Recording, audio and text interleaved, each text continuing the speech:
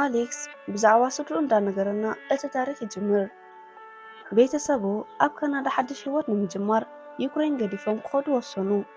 ነዚ ክገብሩ ዝደለዩ ኩሉ ግዜ ብዘጋጥሞም ናይ ኢኮኖሚ ሽግር ንምፍታሕ ነበረ። ኣሌክስ ሕጂ ኣብ ትሕቲ ወለዱ ዝነብር። ኣዲኡ ኣብ ባንክ ከም ተሓጋገዚት ኮይና ትሰርሕ።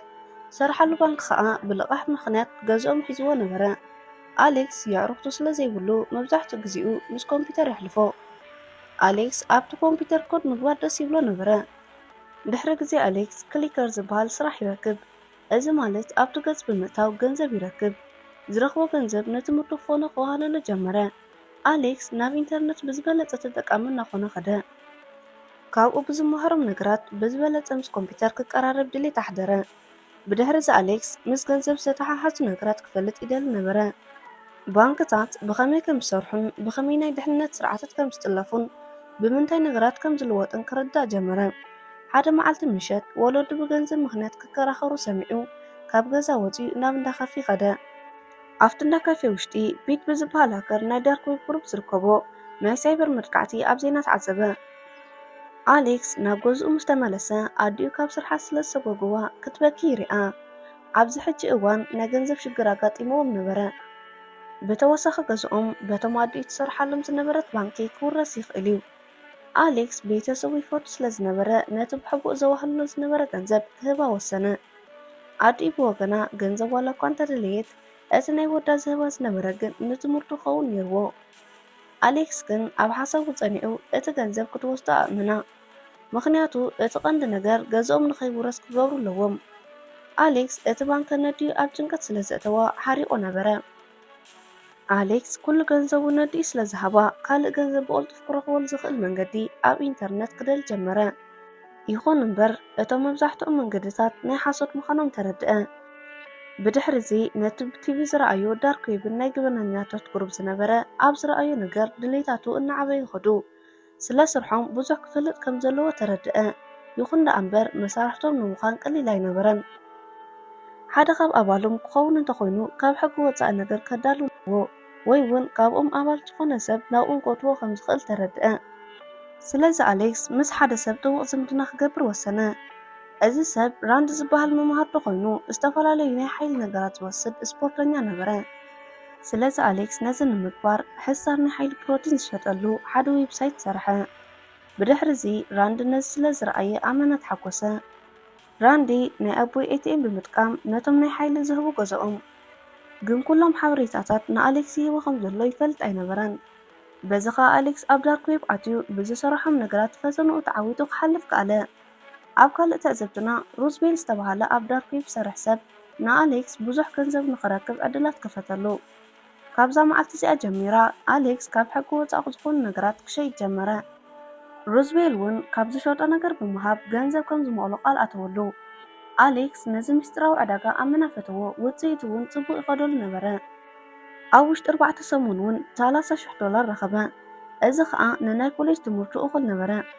ኣሌክስ ኣብ ቀጻሊ ወለዱ ድሕሪ ምፍናው ናብ ቶሮንቶ ኸደ።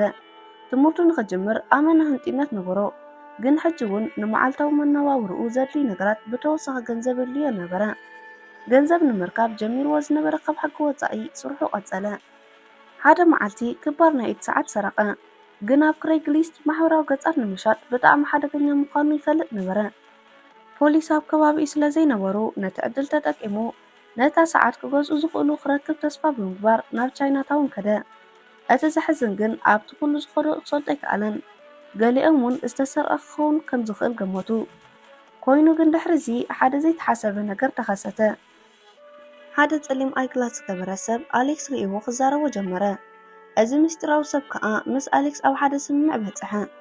ስምምዖም ከዓ እቲ ሰብ ሰዓቱ ልዕሊ $30,000 ተሸይጥዋ 30% ክረክብ ከም ዝኽእል ነበረ።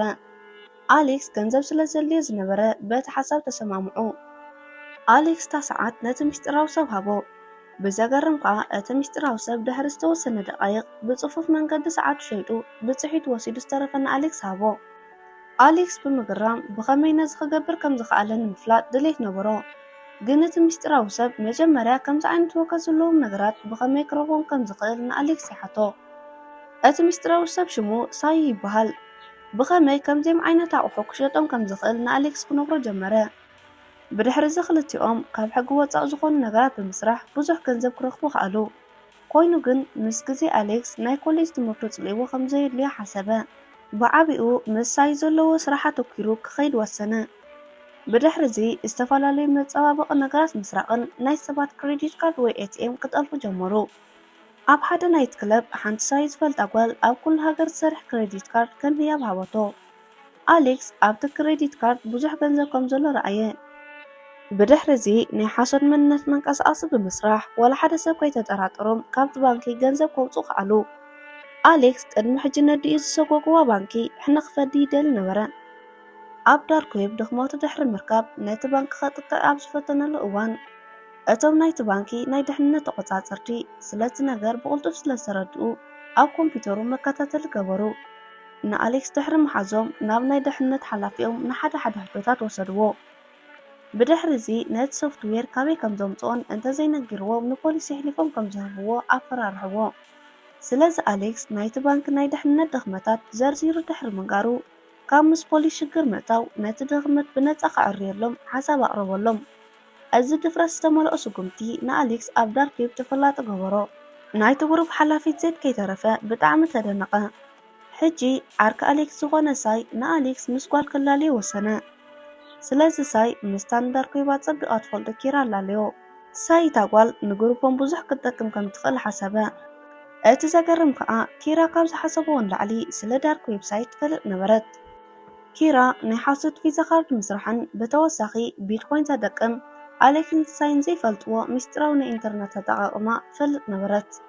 ብተወሳኺ ኪራ ብዙሓት ዓማዊል ናብኦም ክተምፅእ ጀመረት። ብሓገዛ እኳ ዝተወሰነ ገንዘብ ክረኽቡ ክኣሉ። ሳይ ግን ንኪራ ክጠራጠር ጀመረ። ምክንያቱ ሳይ ብዳርክ ዌብ ክንዲ ብቕዓት ዘለዎ ሰብ ንምንታይ ምስኦም ክትሰርሕ ከም ዝደለየትን ንምንታይ ርክቦም ብምስጢር ክትሕዞ ዘይከኣለትን ክሓስብ ጀመረ። ኣሌክስ ግን ንናይ ዓርኩ ጥርጣረ ብዙሕ ኣይኣመነሉን። ኣብ ቀጻሊ ኪራ ንዝበለፀ ስርሖም ናብ ኮንጎ ንክኸዱ ሓሳብ ኣቕረበት። ምክንያቱ እውን ኣብኡ ብዙሓት ዕድላት ስለ ዝነበሩ። ነዚ ዝሰምዐ ሳዩ ብዝበለፀ ክጠራጠር ጀመረ። እቲ ግሩፕ ሓደ ዓቢ ስምምዕ ንምክያድ ተቐሪቡ ነበረ። በዚ ከዓ ኪራ ኣብ ናይ ጽዕነት መኪኖም ዝነበረ ንብረት ክገዝእዎ ዝኽእሉ ሰባት ከም ዝረኸበት ነገረቶም። ግን እቲ ኸይዲ ብዘይ ወልሓንቲ ሽግር ክኸይድ ክረጋግጽ ሳዩ ኣብ መንጎ ዘረብኦም ኣተወ። ብምቕጻል ሳይ ነቶም ገዛእቲ ኩሉ እቲ ንብረት ክገዝኡ እንተዘይደልዮም ፀገም ከም ዘይብሉ ነገሮም። ሳይ እቶም ገዛእቲ ንኹሉ ግዜ ዓማዊል ክኾኑ ይኽእሉ እዮም ኢሉ ሓሰበ። ኪራ ግን ብሓሳቡ ተሰማምዐትን። ኪራ ነቶም ክዕድጉ ዝመፁ ኩሉ ወይ እውን ዝተወሰነ ክወስዱ ሓሳብ ነበራ። ክልቲኦም ከዓ በዚ ክፀቃጨቁ ጀመሩ። ብድሕሪ እዚ ሳዩ ኣብ ልዕሊኣ ዘለዎ ጠርጣረ ኩሉ ይነግራ። ኣብ መንጎ ዝኩሉ ኣሌክስ ሓደገኛ ዝኾነ ስጉምቲ ወሰደ። ምስቲ ዋና ገዛኢ ክተናኸፍ ኣብ ዝፈተነሉ እዋን ገዛኢ ብሕርቃን ሽጉጡ ውፅአ ወሲኹ ናይ መጠንቀቕታ ጥይት ተኮሰ።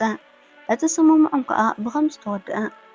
እቲ ገዛኢ ወሲኹ ንዳሕራት ሽግር ከይምፅእ ምስ ካልኦት ከይሰማዑ ነገሮም። ብድሕሪ እዚ ሓደ ፖሊስ መኪኖም እናፈተሸ ሪኦም ኣመና ተጨነቁ።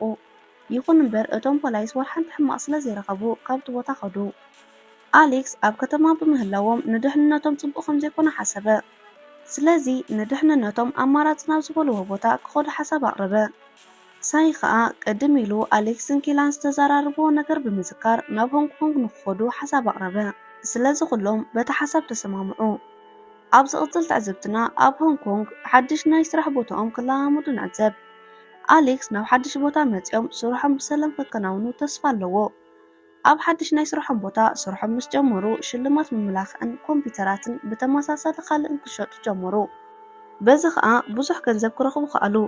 ግን ኣሌክስ ነገራት ፍልልይ ዘይብሎም ኮይኑ ተሰምዖ። ኣሌክስ ካብ ገንዘብ ምርካብ ዝሓለፈ ክገብሮ ዝደሊ ነገር ነበሮ። ዝሰርሕዎ ናይ ንግዲ ስራሕ ንኣሌክስ ዝበለፀ እናሰልቸዎ መፀ። ሓደ መዓልቲ ሳይ ነገራት ብምሻጥን ምግዛእን ብዙሕ ገንዘብ ሒዙ ናብ ገዛ መፀ። ግን ነቲ ኣቕሓ ንምግዛእ ዝተጠቀመሉ ሓደገኛ ቪዛ ካርድ ምስ ነገሮ ኣሌክስ ሓረቐ። ኣሌክስ ቅድሚ ሕጂ እዚ ቪዛ ካርድ ንኸይጥቀመሉ ንሳይ ነጊርዎ ነበረ። ስለዚ ኣሌክስ ንድሕንነቶም ውሕስነት የብሉን ኢሉ ብምሕሳብ ሳይ ነቲ ግሩፕ ክገድፎ ነገሮ። ሳይ እውን ብናይ ኣሌክስ ሓሳብ ተሰማሚዑ ኸደ። ቅድሚ ሕጂ እዚ ግሩፕ ሕጉስ ነበረ። ሕጂ ግን ነገራት ዝብላሸው ዘለዉ ይመስሉ። ብኻልእ ከዓ ናይቲ ማሕበር ኣባል ዝኾነት ኪራ ናይ ዳርክ ዌብ ትኩረት ንምስሓብ ዓብ ሓሳብ ኣቕረበት። ሓሳባ ከዓ ኩሎም ኣብ ሆንግ ኮንግ ዘለዉ ናይ ቢትኮን ማሽናት ብምጥላፍ 2 ሚልዮን ገንዘብ ንምርካብ ነበረ። ድሕሪ ኩሉ ናይ ኤቲኤም ማሽን ምጥላፎም ከዓ እቲ ከይዲ ብዳርክ ዌብ ኣባላት ከም ዝተኻየደ ዝገልጽ ምልክት ኣብቲ ኤቲኤም ማሽን ኣቐመጡ። እታ ናይቲ ሃገር መንግስቲ እውን ንዖም ክሕዝ ይፍትን። ስለዚ ኩሎም ስርሖም ብዓው ተወድኡ። ሓደ መዓልቲ ምሸት ኪራ ዕረፍቲ ስለ ዘድልያ ነቲ ግሩፕ ገዲፋ ክትወፅእ ከም ትደሊ ተዛሪባ ንኩሎም ከተገርም ክኢላ ነበረት። ኣሌክስ እውን እዚ ዓብ ናይ ዕብዳን ውሳነ ብምባል ምስ ኣብ ክርክር ኣተወ። ኣብ ክርክር ማእኸል ካብ ናይ ዳርክ ዌብ ሓላፊ ዝኾነ ዘድ ንኣሌክስ ናይቲ ግሩፕ ሓላፊ ኮይኑ ክሰርሕን ብስርሑ ከም ዝተደነቐን ዝገልጽ መልእኽቲ ይወጽሖ። ኣሌክስ እውን ነዚ ብምጥቃም ምስ ዘድ ንኽራኸብ ሓተቶ። ኣብ መጀመርያ ዘድ ርግፀኛ ኣይነበረን። ኣሌክስ ግን ብቢልዮን ዝቁፀሩ ዶላር ብሓደ ከም ዝሰርሑ ምስ ረድኦ ብሓሳቡ ይሰማዕ። ኣብ ዝቕፅል ትዕዝብትና ኣሌክስ ምስ ዘድ ምስጢራዊ ኣኼባ ንምክያድ ድሕንነቱ ናብ ዝተሓለወ ቦታ ክኸይድ ንርኢ። ዜድ ኣብ ዊልቸር ነበረ። ስለዚ ከዓ ወልሓንቲ ጌጋ ክገብሩ ከምዘይብሎምን የጠንቆም። ሕማቅ ነገር እንተገይሮም ግን ኣብኦም ጥራሕ ዘይኮነስ ኣብ ስድሮኦምን መሓዝቶምን ከይተረፈ ሕማቅ ከም ዘጋጥሞም ነገሮም። ድሕሪ ምስ ዘድ ተራኺቦም ዘካይድዎ ጠቓሚ ኣኼባ ኣሌክስ መልእኽቲ ናይ ሳይ ይበጽሖ። ሳይ ከዓ ብዝመፀ ሽግር ምሕዛኑን ናብቲ ግሩፕ ኣባል ኮይኑ ክምለስ ከም ዝደሊ ነገሮም። ሳይ ብምቕጻል ንኣሌክስን ንኪራን ኣብ ሆቴል ውሽጢ ኮይኑ ይጽበዮም ከም ዘሎ ይነግሮም። ይኹን እምበር ዘይሓሰቦ ሕማቅ ነገር ይፍጠር። መንነቶም ዘይተፈለጡ ግለሰባት ናብቲ ሆቴል ኣትዮም ኣብ ልዕሊ ሳይ መጥቃዕቲ የውርዱ። ኣሌክስን ኪራን ናብ ገዛ ምስ ተመለሱ ሳይ ዓርኮም ኣብ መሕፀቢ ውሽጢ ሞይቱ ረኣይዎ። በዚ ከዓ ሳይን ኪራን ገንዘብ ሰርቆ ዝነበሩ ኮሎምብያዊ ግለሰብ ነዚ ነገር ከም ዝገበሮ ተገንዘቡ። ስለዚ እቲ ቅትለት ኣብ ሳይ እንተዘይበፅሕ ነይሩ ናብኦም ምንባር ተረድኡ። ዋላ እውን ዓርኮም ተሰኣኑ ኣሌክስ ግን ናይ ዘድ ተልእኾ ንክፍፅም ወሰነ። እቲ ግለሰብ ናይ ዕዳጋ ስርዓት ንምስባር ይደሊ ነበረ። ዋላ እውን እንተዘይገበዎ ግን ነቲ ናይ ፖሊስ ምክትል ከም ዝተቐተለ ብምምሳል ስርሖም ጀመሩ። እዚ ፕላን ብግቡእ ሰሪሑ ነበረ። ሃፍታማት ሰባት ክጠሚ ጀመሩ፣ ምክንያቱ እቲ ዕዳጋ ክውርድ ጀመረ። ዝሰረቕዎ ሰልዲ ድሕሪ ምውሳዶም ንኣሌክስን ንካልኦት ናይ ዳርክ ዌብ ኣባላት ብፅሕቶም ሃብዎም። እዚ ፕላን ኣብ ዝተዓወተሉ መዓልቲ ብተመሳሳሊ ዘይተፈለጡ ሰባት ንኣሌክስን ንኪራን ሓዝዎም። ንኣሌክስ ኣብ ሓደ ኣረጊት ገዛ ወሲዶም ገደፍዎ። ኮምፒተራቱን ዝተፈላለዩ መሳርሕታቱን እውን ኣጥፍኡሉ። ኣሌክስ ከዓ እዞም ሰባት መን ከም ዝኾኑን ንምንታይ ከም ዝገበሩን ዝፈልጦ የብሉን። እቲ ዝባእሰ ከዓ ናይ ኪራ ኣድራሻ ምጥፍኡ ኣጨንቆ። ምስ ኪራ ክራኸብ ብጣዕሚ ይደሊ ነበረ። ስለዚ ክንራኸብ ኣብ ዝተባሃልዎ ሃገረ ታይላንድ ከደ።